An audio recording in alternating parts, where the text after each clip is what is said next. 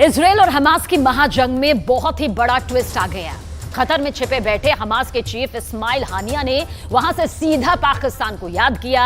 Hamas अपने दोनों दोस्तों ईरान और हिजबुल्ला से बेहद नाराज है, इसलिए अब उसने धर्म का वास्ता देकर पाकिस्तान से उसका एटम बॉम्ब मांग लिया।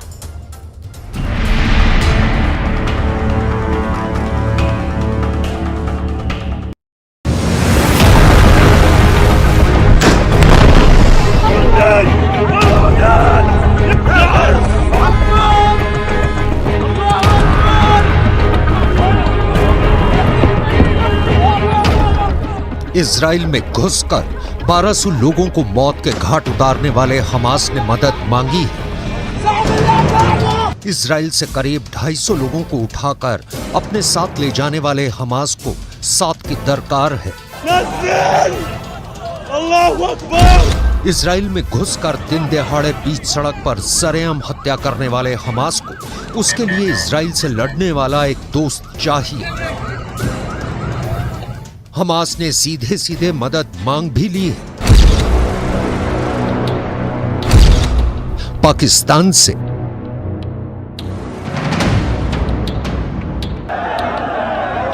उस कंगाल पाकिस्तान से जिसके खुद के खाने के लाले पड़े हैं, जिससे अपने ऊपर चढ़ा बेइंतहा कर्ज उतारा नहीं जा रहा, जो खुद दिवालिया होने की कगार पर खड़ा है, और तो और जो खुद अपने यहां हो रहे आतंकी हमलों पर लगाम नहीं लगा पा रहा। ऐसे कमजोर और खस्ता हाल पाकिस्तान में हमास को अपना मददगार नजर आ रहा है। खुद हमास के सबसे बड़े नेता उसके चीफ इस्माइल हानिया ने पाकिस्तान से गुहार लगाई है। पाकिस्तान की राजधानी इस्लामाबाद में हुए एक कार्यक्रम में वीडियो कॉन्फ्रेंसिंग के जरिए जुड़े इस्माइल हानिया ने पाकिस्तान की मदद पाने के लिए उसके लिए ऐसी बड़ी बड़ी बातें बोली, उसकी तारीफ में इतने कसीदे पढ़े कि पाकिस्तान को चने के झाड़ पर चढ़ा दिया। हानिया ने कहा कि पाकिस्तान एक बहादुर और ताकतवर देश है, वो मुजाहिदीनों यानी जिहाद करने वालों की जमीन है, मगर इसके बाद तो हद ही हो गई।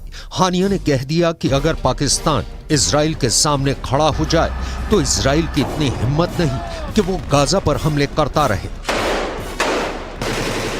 पाकिस्तान की धमकी के आगे इजराइल अपने घुटने टेक देगा।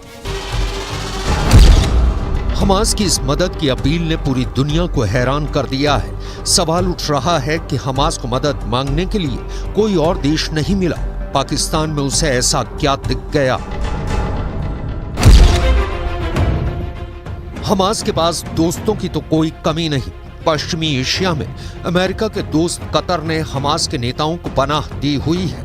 इस्माइल हानिया भी वहां इस्माइल की नजर से दूर बिल्कुल सुरक्षित रह रहा है। नेटो देश तुर्की हमास के लड़ाकों को फिलिस्तीन की आजादी के लिए लड़ रहे स्वतंत्रता सेनानी बता रहा है। हमास के सर पर ईरान हाथ रखकर बैठा है। उसे ईरान से हथियार, पैसा और ट्रेनिंग सब कुछ मिलता है। रूस की भी हमास के साथ पक्की दोस्ती और पूरी हमदर्दी है। ऐसे में जब इतने ताकतवर देश हमास के साथ हैं, तो फिर क्या मजबूरी हो गई कि हमास को पाकिस्तान से मदद मांगनी पड़ी?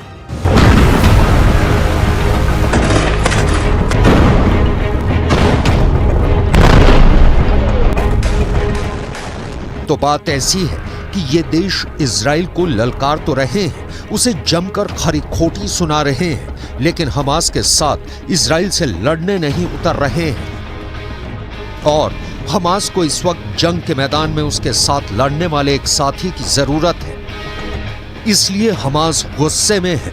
पिछले महीने यह खबर आई थी कि हमास, ईरान और हिजबुल्ला अपने दोनों साथियों से नाराज है, क्योंकि प्लान यह था कि सबसे पहले हमास इजराइल पर हमला करेगा, जो कि उसने 7 अक्टूबर को किया भी। प्लान के तहत हमास के लड़ाकों ने कैलेंडर में तारीख बदलते ही 7 अक्टूबर को इजराइल पर अब तक का सबसे भयानक आतंकी हमला कर दिया। इसके बाद बारी थी हिजबुल्ला और ईरान के मैदान में उतरने की। इजराइल के उत्तर में मौजूद लेबनान से हिजबुल्ला को इजराइल पर धावा बोलना था। वहीं मीलों दूर पूर्व में बैठे ईरान को इजराइल के खिलाफ अपनी पहली और आखिरी जंग छेड़नी थी। यानी इजराइल को उसके पूर्व दक्षिण और उत्तर में एक साथ घेरने की पूरी तैयारी, ताकि इजराइल पर 3 दिशाओं से हमला करके उसे सर उठाने का मौका ही ना दिया जाए। इजराइल हमास को जवाब देने के लिए खड़ा हो तो हिजबुल्लाह उस पर टूट पड़े। इजराइल हिजबुल्लाह से भिड़ने की तैयारी करे तो ईरान उस पर बम गिरा दे।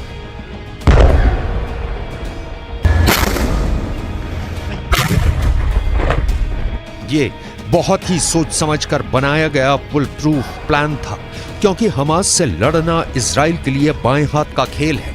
लेकिन अगर हिजबुल्लाह और खुद ईरान भी इजराइल पर एक साथ अटैक कर देते तो इजराइल की कमर टूट जाती, मगर ऐसा कुछ हुआ नहीं। शुरुआत में तो हिजबुल्लाह ने इजराइल पर खूब हमले किए। ईरान ने भी इजराइल को धड़ाधड़ धमकियां दी। शहादत ज़नान व कूदकान फ़लस्तीनी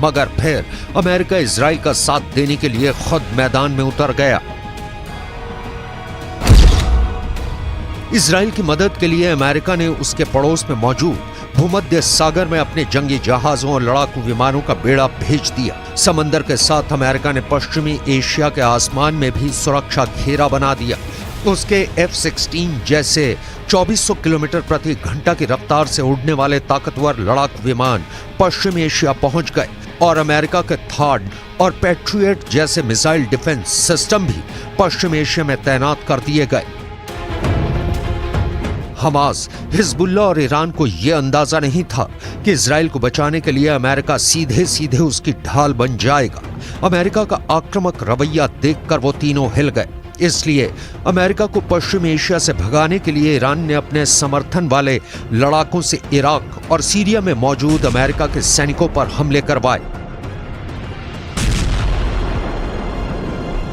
लेकिन अमेरिका नहीं डरा और उसने भी ईंट का जवाब पत्थर से देकर अपने तेवर दिखा दिए।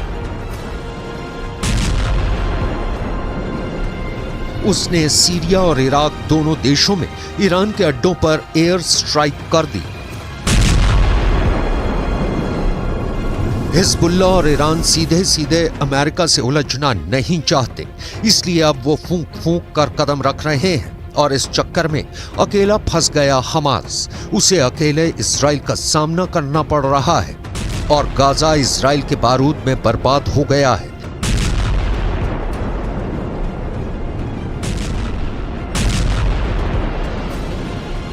इसलिए हमास पाकिस्तान को मक्खन लगाकर अपना उल्लू सीधा करना चाहता है। लेकिन पाकिस्तान हमास की क्या मदद कर सकता है? तो पाकिस्तान के पास हथियारों की कमी नहीं। वो यूक्रेन को भी रूस से लड़ने के लिए हथियार और गोला बारूद दे रहा है। और सबसे बड़ी बात ये कि पाकिस्तान के पास परमाणु बम है।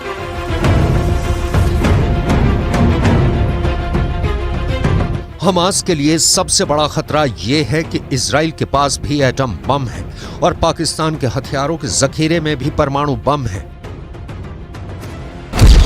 पाकिस्तान के पास 170 परमाणु बम है और जिस इजराइल से हमास लड़ रहा है उसके पास सिर्फ 90, यानी परमाणु हथियारों के मामले में पाकिस्तान का पलड़ा भारी है। पाकिस्तान इजराइल को देश भी नहीं मानता और हमेशा फिलिस्तीन के साथ खड़ा रहा है। ऐसे में वो हमास की मदद कर सकता है। हमास ईरान से तो मुंह नहीं मोड़ेगा और अगर उसे पाकिस्तान का भी साथ मिल गया तो इस लड़ाई में इजराइल और अमेरिका के खिलाफ बहुत बड़ी टीम खड़ी हो जाएगी। ऐसी टीम जिसमें रूस भी होगा, ईरान भी, तुर्की भी और चीन भी।